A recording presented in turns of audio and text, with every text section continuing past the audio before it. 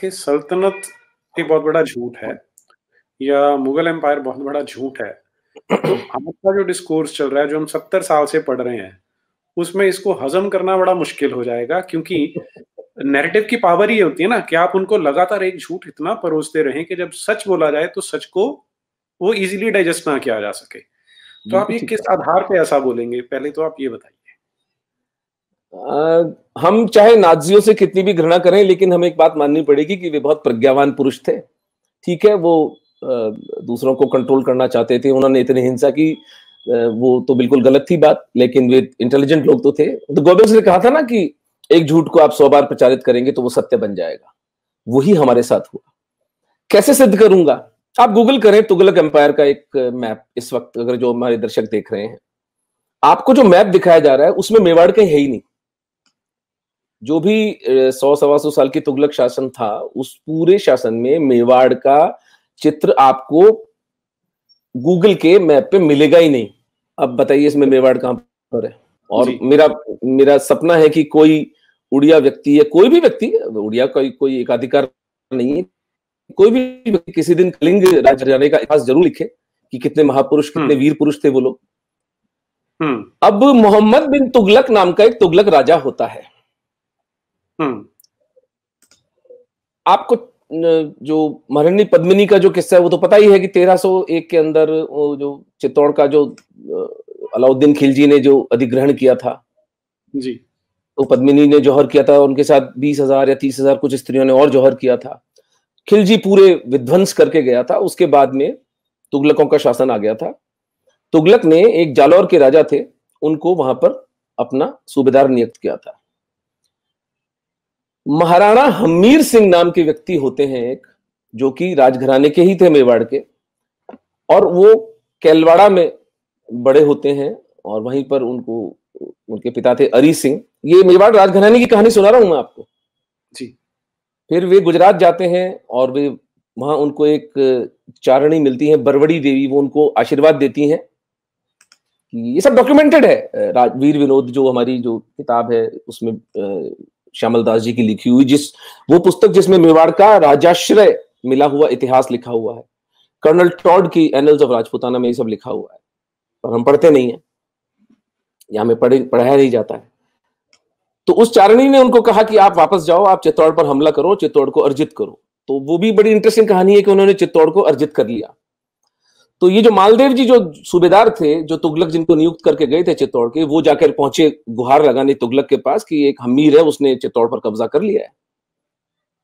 तो तुगलक अपनी सेना लेकर और जालौर की सेना के साथ मिलकर हमीर पर हमला करने के लिए आता है। महाराणा हमीर सिंह सिंगोली नाम की जगह पर रात में उस पर हमला करते हैं। पूरी अपने से 3 गुनी या शायद 2 गुनी सेना को तहस नहस नष्ट कर देते हैं। बालों से पकड़कर मोहम्मद बिन तुगलक तो घसीटते हुए चित्तौड़ लाते हैं और चित्तौड़ के किले में 6 महीने तक कैद रखते हैं।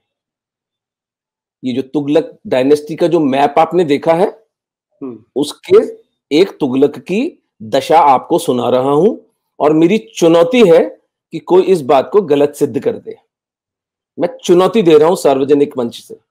महाराणा हमीर सिंह 6 महीने तक मोहम्मद बिन तुगलक को अरेस्ट करके रखते हैं चित्तौड़ के किले में। तो ये एक उदाहरण आपको मैंने दिया। ऐसे दर्जनों उदाहरण मुझे पढ़ने को मिले। महाराणा सांगा भी खिलजी था, कोई उसको पकड़ के लाए थे।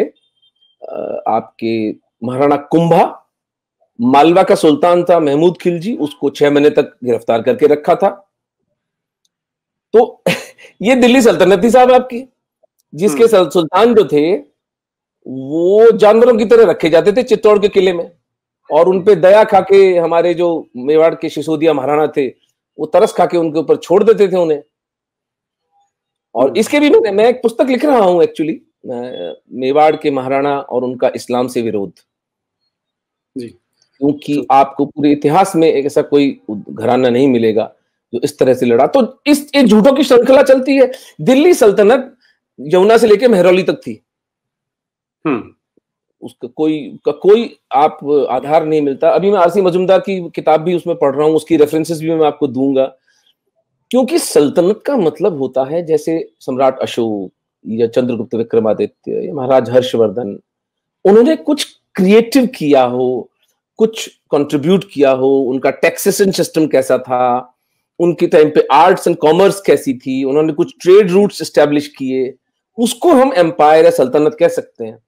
अगर एक व्यक्ति पूरे जीवन कभी आसाम में रिबेलियन, कभी दक्षिण में रिबेलियन, कभी गुजरात में रिबेलियन, कभी अफगानिस्तान में रिबेलियन, कभी सिंध में रिबेलियन, मुझे नहीं समझ में आता उसको रिबेलियन, उसको सल्तनत कैसे कहा जा सकता है। ये लोग कह सकते हैं वामपंथी, ये कोई अपना इनकी जो मति भ्रष्ट हो चुकी है, ये अपना कुछ भी क्रिएट कर सकते हैं।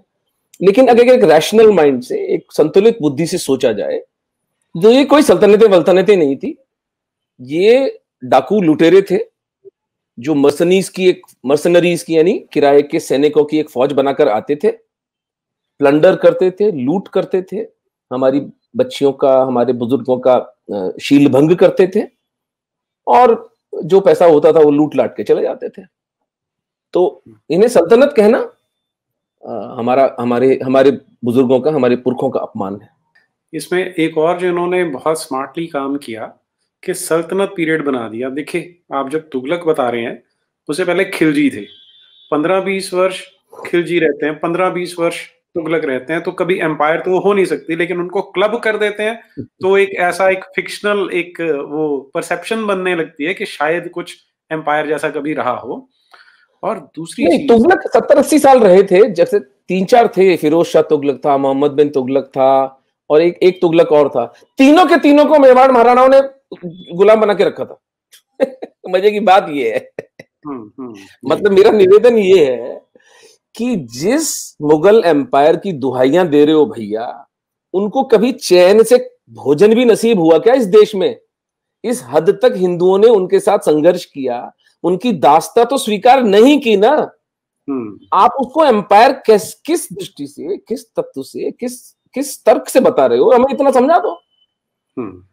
मैं तो एक नया ही डिबेट शुरू कर रहा हूं।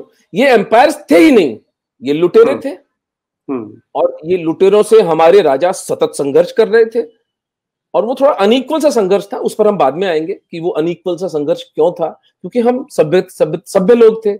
हम रात को 5 बजे बाद लड़ाई नहीं करते थे, हम स्त्री बच्चों पर प्रहार नहीं करते थे, हम किसानों पर, आर्टिजन्स पर, आम जनता पर कभी हम लोगों ने हमले नहीं किए, ये लोग करते थे। तो इस सब फैक्टर्स को यानी एक हाथ से पीछे बांध के बॉक्सिंग करनी पड़ती थी हमारे हिंदू योद्धाओं को। तो it was an unequal war, but it was a war nevertheless.